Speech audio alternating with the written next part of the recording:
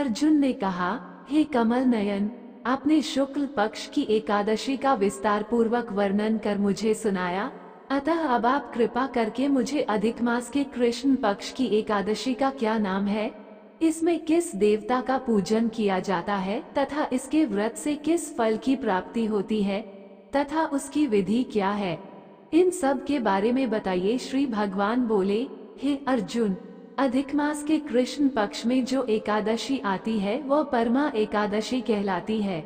वैसे तो प्रत्येक वर्ष 24 एकादशियां होती हैं।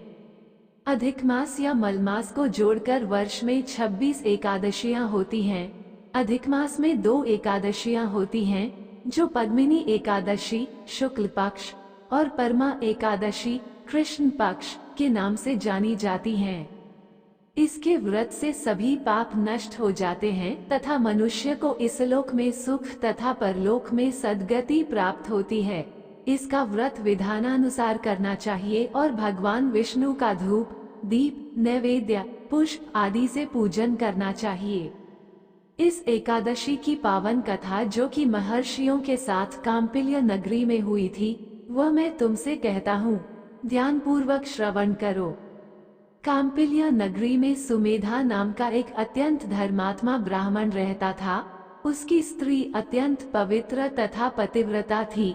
किसी पूर्व पाप के कारण वह दंपति अत्यंत दरिद्रता का जीवन व्यतीत कर रहे थे। ब्राह्मण को भिक्षा मांगने पर भी भिक्षा नहीं मिलती थी।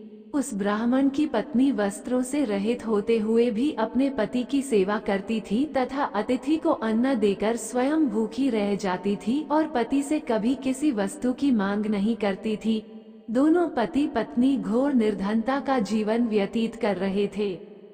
एक दिन ब्राह्मण अपनी स्त्री से बोला, हे प्रिया, जब मैं धनवानों से धन की याचना करता हूँ तो वह मुझे मना कर देते हैं।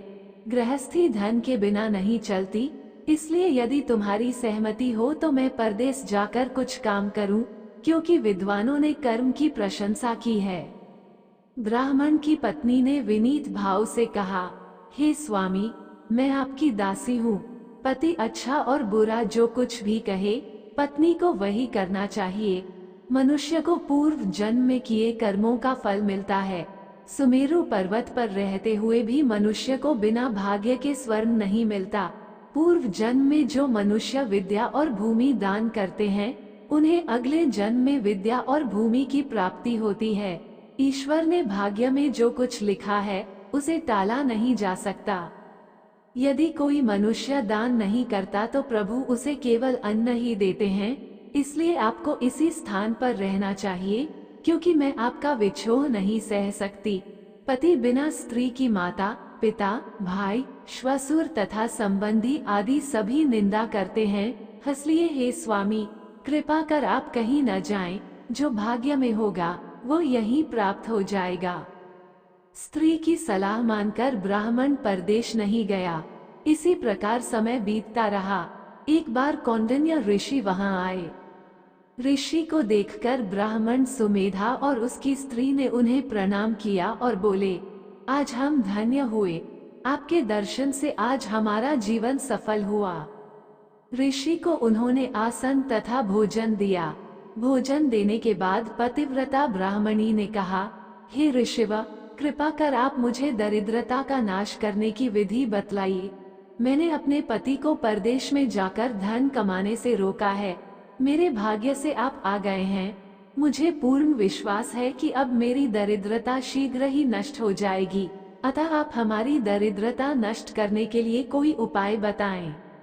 ब्राह्मणी की बात सुन कौंडिन्य ऋषि बोले, हे ब्राह्मणी, मल मास की कृष्ण पक्ष की परमा एकादशी के व्रत से सभी पाप, दुख और दरिद्रता आदि नष्ट हो जाते हैं।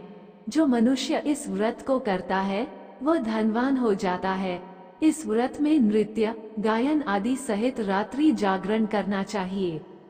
यह एकादशी धन वैभव देती है तथा पापों का नाश कर उत्तम गति भी प्रदान करने वाली होती है। धनाधिपति कुबेर ने भी इस एकादशी व्रत का पालन किया था, जिससे प्रसन्न होकर भगवान भोलेनाथ ने उन्हें धनाध्यक्ष का पद प्रदान किया। इसी व्रत के प्रभाव से सत्यवादी राजा हरिश्चंद्र को पुत्र, स्त्री और राज्य की प्राप्ति हुई थी।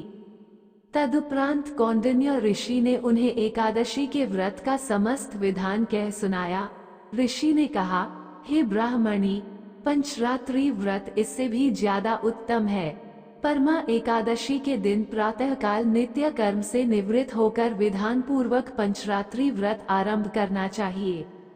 जो मनुष्य 5 दिन तक निर्जल व्रत करते हैं, वे अपने माँ पिता और स्त्री सहित स्वर्ग लोक को जाते हैं।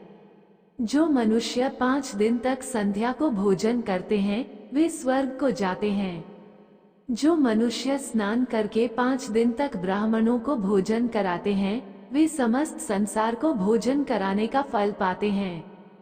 जो मनुष्य इस व्रत में अश्वत्थ दान करते हैं, उन्हें तीनों लोकों को दान करने का फल मिलता है। जो मनुष्य उत्तम ब्राह्मण को तिल दान करते हैं, वे तिल की संख्या के बराबर वर्षों तक विष्णुलोक में वास करते हैं। जो मनुष्य घी का पात्र दान करते हैं, वो सूर्य लोक को जाते हैं। जो मनुष्य 5 दिन तक ब्रह्मचर्य पूर्वक रहते हैं, वे देवांगनाओं के साथ स्वर्ग को जाते हैं। हे ब्राह्मणी, तुम अपने पति के साथ इसी व्रत को धारण करो। इससे तुम्हें अवश्य ही सिद्धि और अंत में स्वर्ग की प्राप्ति होगी। कौंडिन्य ऋषि के वचनानुसार ब्राह्मण और उसकी स्त्री ने परमा एकादशी का 5 दिन तक व्रत किया। व्रत पूर्ण होने पर ब्राह्मण की स्त्री ने एक राजकुमार को अपने यहाँ आते देखा। राजकुमार ने ब्रह्मा जी की प्रेरणा से एक उत्तम घर जो कि सब वस्तुओं से परिपूर्ण था, उन्हें रहने के लिए दिया। तदुपरांत राजकुमार ने आजीविका के लिए एक गांव दिया। इस प्रकार ब्राह्मण और उसकी स्त्री की गरीबी दूर हो गई और पृथ्वी पर काफी वर्षों तक सुख भोगने के पश्चात वे पति पत्नी श्री विष्णु के उत्तम लोक को प्रस्थान कर गए।